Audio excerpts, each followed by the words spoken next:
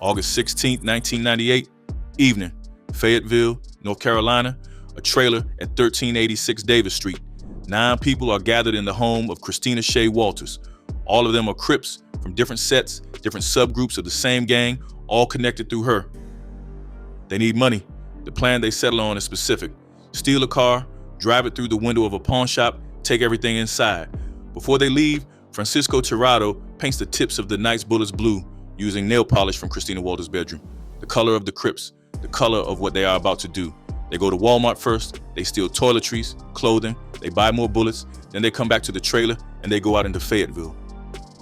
What happened over the next several hours is documented in the North Carolina Supreme Court record in State v. Walters, 357 NC 68, a ruling that affirmed the death sentence that a Cumberland County jury handed down to Christina Walters in July of 2000. It is documented in the testimony of Deborah Cheeseborough, who was shot 8 times that night and survived. It is documented in the photographs entered into evidence at trial, photographs that the defense argued were too gruesome for a jury to see and that the court ruled were admissible because the truth of what happened that night needed to be seen.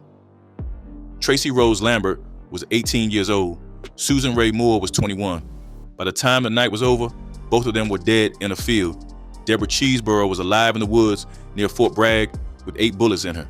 And Christina Walters, 20 years old, the self-described queen of her Crip set, was on her way to Myrtle Beach with 6 of her people, using Susan Moore's cell phone to call back to the Davis Street trailer, using the name and the reputation she had just purchased with the lives of 2 strangers who had done nothing except be in the wrong place when a gang needed to prove something. This is her story, and it is also Fayetteville's story. And it is a story about what happens when the desire to prove yourself within a structure built entirely around violence collides with 2 women who had absolutely no part in any of it. Fayetteville, North Carolina, sits in Cumberland County, roughly 60 miles south of Raleigh, anchored by the presence of Fort Bragg, the largest military installation in the United States by population. The fort has always defined a large part of the city's economic and social character. It brings tens of thousands of military personnel and their families to the area, creates a significant transient population that cycles through on deployments and reassignments, and produces the particular social geography that military towns develop over time. A mix of permanent residents and temporary ones, of the stable and the displaced, of people with roots in the community and people who are simply passing through. By the late 1990s, Fayetteville had developed a significant gang presence that law enforcement, community organizations, and the local press have been tracking with increasing alarm for several years. The Crips and the Bloods were both present, as were local sets and hybrid gangs that used the national gang identities as frameworks while operating on the specific economics and conflicts of the local streets. The gang presence in Fayetteville was, as it was in most mid-sized southern cities during that era, both a product of local conditions and an import. Young people who had grown up in cities where the Crips and Bloods were already established, moving into new territory and bringing the structure with them. The Crips had originated in Los Angeles in 1969, founded by Raymond Washington and Stanley Tookie Williams in South Central.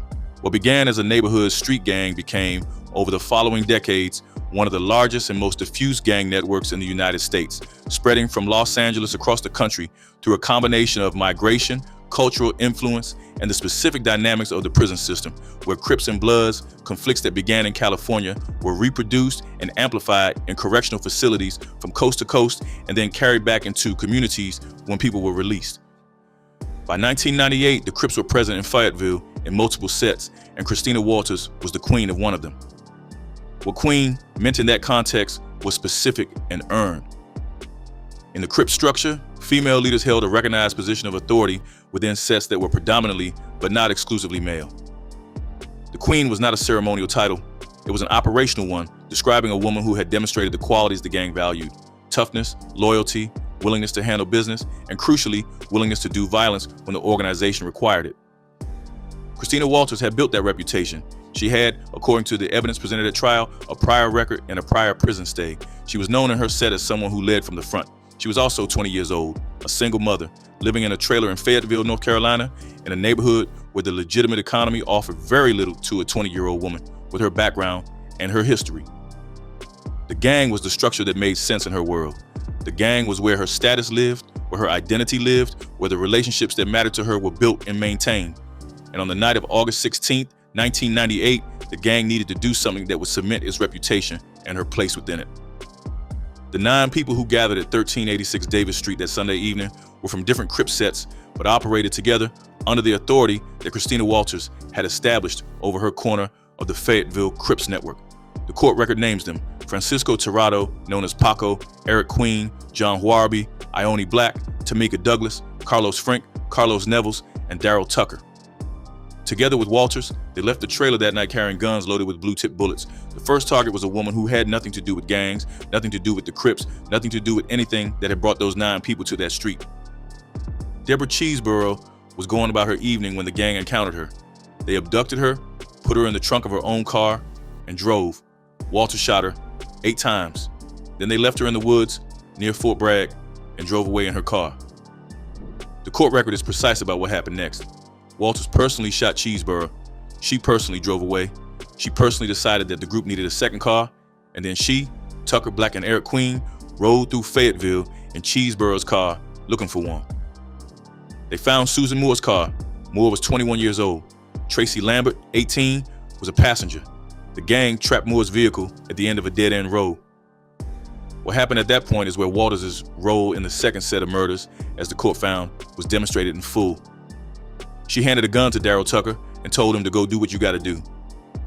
Then she, Frank, and Queen drove away in Cheeseborough's car, leaving Tucker, Black, and Douglas with instructions to be back at the Davis Street trailer within 45 minutes. Tucker and Douglas forced Moore and Lambert at gunpoint into the trunk of their own car. During the drive to what would be the last place these 2 women would ever be alive, the car was stopped so that the gang members could open the trunk and rob Moore and Lambert of their jewelry. Then they drove to an isolated field. What happened in that field is in the court record. Eric Queen, irritated by the noise, told Tracy Lambert to be quiet and then shot her in the head. Francisco Tirado shot Susan Moore in the head. Both women died in that field. Their bodies were found the next morning. Deborah Cheeseborough, shot 8 times and left for dead in the woods near Fort Bragg, survived. She later appeared on the biography channel's I Survived, describing what happened to her that night in her own words.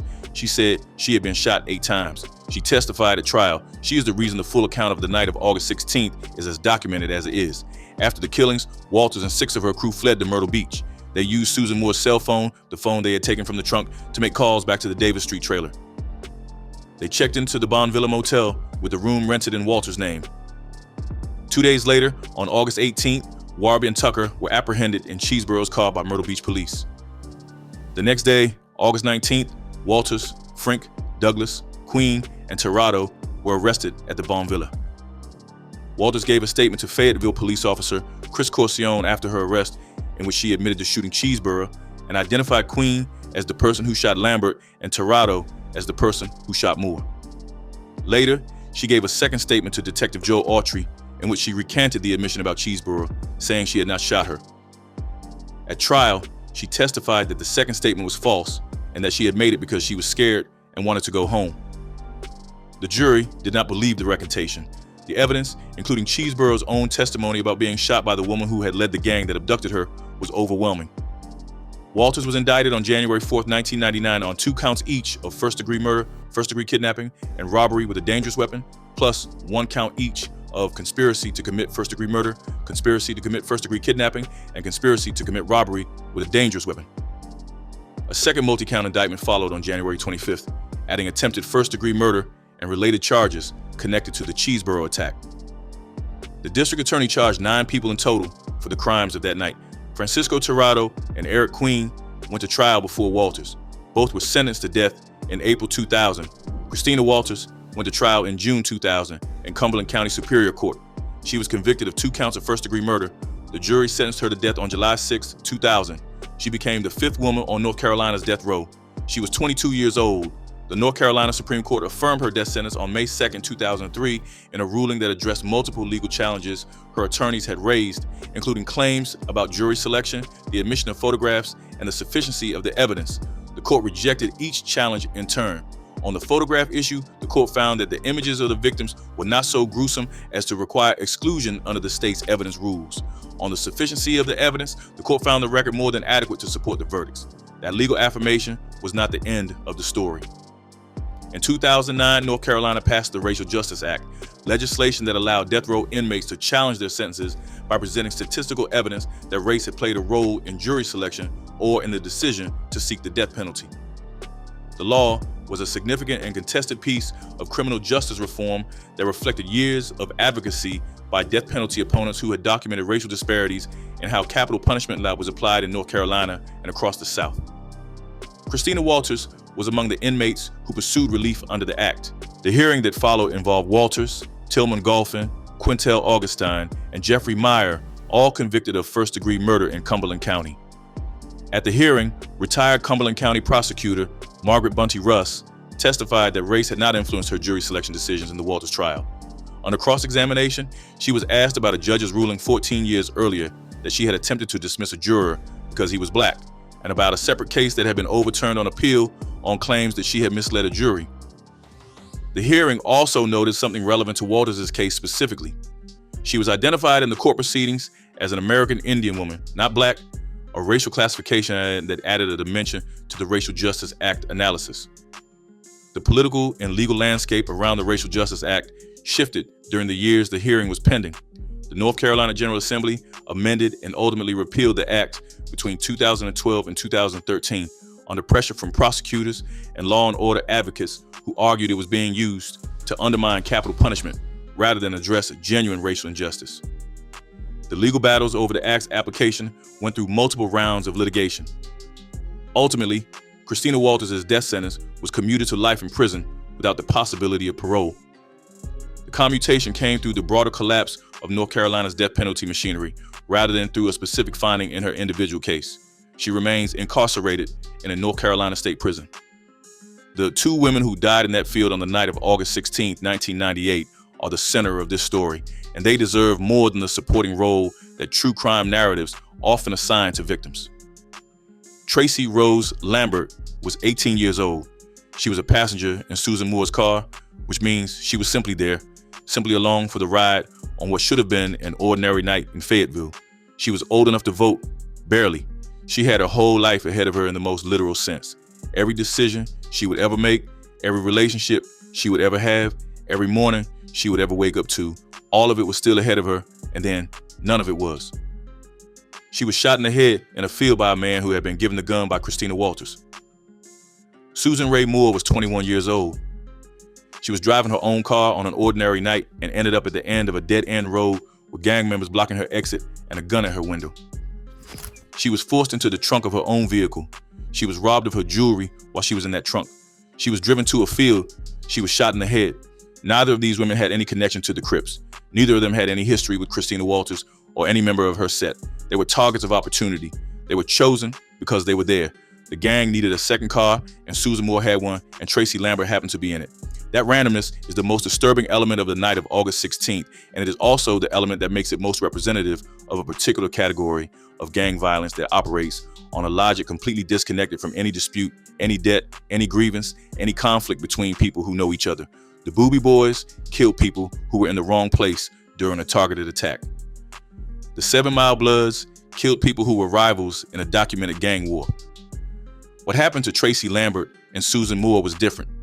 They were killed because Christina Walters' gang needed to demonstrate its willingness to kill, and they were the people available for that demonstration. Deborah Cheeseborough survived 8 gunshot wounds and went on to tell her story. She appeared on television. She testified in court. She is a person who carries in her body the physical record of what happened on the night that Christina Walters decided her gang needed to prove something. The testimony Cheeseborough gave, the account she offered on I Survived, the role she played in the prosecution of the people who shot her and killed her car partner's companions that night is the reason the full account is as well documented as it is. Walters' own statement to Officer Corcione confirming that she had shot Cheeseborough, the co-defendant's testimony about who was where and who gave which orders, all of that built the evidentiary record. But Cheeseborough is the person who was there and lived through it and chose to speak. 8 gunshot wounds is not an abstract number. That is 8 separate impacts on a human body, each one representing a moment when Christina Walters fired at a stranger she had just met and intended to kill. Cheeseborough did not die in those woods near Fort Bragg that night. But the fact that she did not die was not for lack of effort from the woman who left her there. Understanding who Christina Walters was at 20 years old requires understanding what Fayetteville and its gang world were offering a young woman with her specific history. She had a prior record. She had served time in prison before August 1998. She was a single mother. She was living in a trailer in a part of Fayetteville where, according to the people who describe her upbringing in the various accounts that emerged after her arrest and conviction, her mother was largely absent due to health issues and her father was not present. She had been living with her grandparents, who, according to the Deadly Women account, tried to warn her away from the Crips. She did not listen. The gang gave her what her circumstances did not otherwise provide: a structure, a community, a status, and a role that her limited options in Fayetteville's legitimate economy could not have produced for her. The title of queen, the authority it carried, the respect it generated among her peers, all of that was real inside the world the gang created. And inside that world, the way you maintained that status, the way you proved your commitment and your worthiness to lead, was through demonstrated willingness to do what the gang required. Gang expert Candace DeLong, who has discussed the case in documentary formats, noted that a gang family gave Christina the opportunity to be a leader in a way that her outside circumstances did not offer. That is not a defense of what she did. 2 women are dead. That fact does not change in light of any contextual explanation. But it is necessary to understanding how a 20-year-old woman ends up standing in a parking lot in Fayetteville, North Carolina, loading blue-tip bullets into a gun and driving out into the night looking for strangers to shoot. The structure that produced that decision is the same structure that has produced similar decisions in similar neighborhoods and similar cities across the country since street gangs began organizing around violence as a form of social capital. The specific details of Fayetteville in 1998 are different from the details of Detroit in 2014 or Miami in 1995 or Los Angeles in 1988. The underlying logic is the same. The gang provides what the legitimate world withholds. The price of membership is your willingness to do what the gang requires. And sometimes what the gang requires is an act of violence against a stranger in a field. Tracy Lambert and Susan Moore paid the price that Christina Walters' gang charged for her status. Christina Walters is currently serving life in prison without the possibility of parole in North Carolina. She was 20 years old when she organized and participated in the events of August 16, 1998. She was 22 when she was sentenced to death. She spent years on death row before her sentence was commuted through the long legal aftermath of the Racial Justice Act proceedings. She will not be released. The case she is part of is not one of the most famous gang cases in American history. It did not generate the sustained national attention of the Boobie Boys prosecution or the 7 Mile Bloods RICO trial. Fayetteville is not Los Angeles or Detroit or Miami. The story of 2 women killed in a field in Cumberland County during a gang initiation does not have the scale or the organizational complexity of the drug trafficking empires that dominate the narrative of American gang history. What it has is the simplest and most devastating version of what gang violence can become when status is built on the willingness to harm people who have done nothing to deserve it. There was no drug war on those streets that night. There was no turf dispute. There was no debt, no grievance, no history between the 9 people at 1386 Davis Street and the women they killed and wounded over the course of several hours in August 1998. There was a gang that needed to prove itself. There was a leader who needed to demonstrate her credentials. And there were 2 women who happened to be in the wrong place when those needs went looking for a target. That is the most honest description of what happened in Fayetteville in 1998. Not a story about an organized criminal enterprise or a sophisticated drug trafficking network or a turf war with documented history on both sides. A story about a 20-year-old woman who decided that the best way to prove her leadership was to have people killed, and 2 women who paid for that decision with their lives on a night in August when they had no idea that any of this was coming. The bullets had blue tips.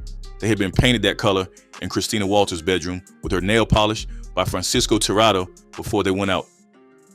That detail from the court record is the one that stays with you. The deliberateness of it, the preparation, the care taken to make the violence properly symbolic. That is what it looks like when a gang turns killing into ceremony. And it is what Tracy Lambert and Susan Moore encountered at the end of that dead-end road in Fayetteville, North Carolina, on the night that Christina Walters decided she needed to prove something. She proved it.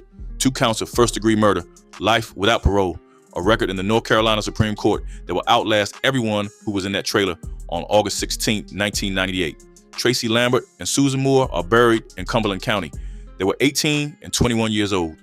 They did not know each other's last names before the night they died, and they did not know Christina Walters, and they did not know any of the 9 people who drove out of 1386 Davis Street that evening with blue-tip bullets and a plan. That is all they needed not to know. In the world Christina Walters was operating in, that was enough. The Crips in Fayetteville did not arrive fully formed from Los Angeles.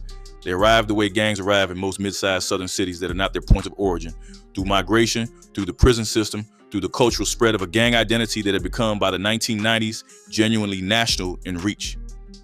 Young people who grew up in cities where the Crips were already established moved to Fayetteville and brought the structure with them. People who went into North Carolina's prison system and encountered the gang there came out affiliated. The military presence at Fort Bragg created a transient population that included veterans of gang-affiliated neighborhoods in other cities who settled in Fayetteville after their service and brought their prior affiliations with them. By the mid-1990s, Fayetteville law enforcement was documenting a Crips and Bloods presence that was organized enough to have recognizable leadership structures, recognized territory, and the kind of internal hierarchy that made cases like the one against Christina Walters legally prosecutable as something more organized than a collection of individuals who happen to know each other. The district attorney's office charged 9 people in connection with the events of August 16th and 17th, 1998. That number reflects the organizational reality of what the gang had become by that point. A structured group with a recognized leader, recognized members with recognized roles, and a shared purpose that on the night in question involved planning and executing a series of crimes that included carjacking, kidnapping, robbery, attempted murder, and murder. The fact that Walters was a woman leading this organization is significant in ways that go beyond the surface-level novelty of a female gang leader.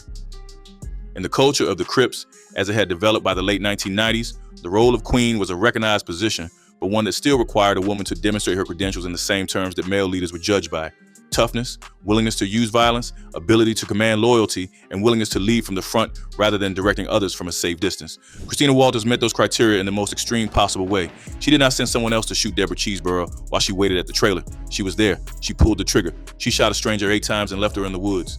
That willingness to personally participate in the violence rather than merely directing it is what distinguished Walters' role in the night's events from the role a figurehead might have played. The court record makes her personal participation in the Cheeseborough attack clear. Her direction of the second set of murders, handing Tucker the gun and telling him to go do what you gotta do before driving away, reflects a leadership style that delegated execution while maintaining command authority. Both the hands-on violence against Cheeseborough and the directed violence against Lambert and Moore were within her authority and under her control.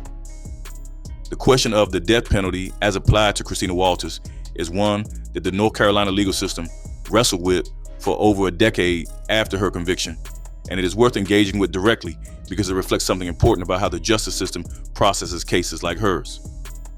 She was sentenced to death in July 2000, becoming the 5th woman on North Carolina's death row. Francisco Tirado and Eric Queen, 2 of her co-defendants who were more directly involved in the field executions of Lambert and Moore, had already received death sentences in April 2000.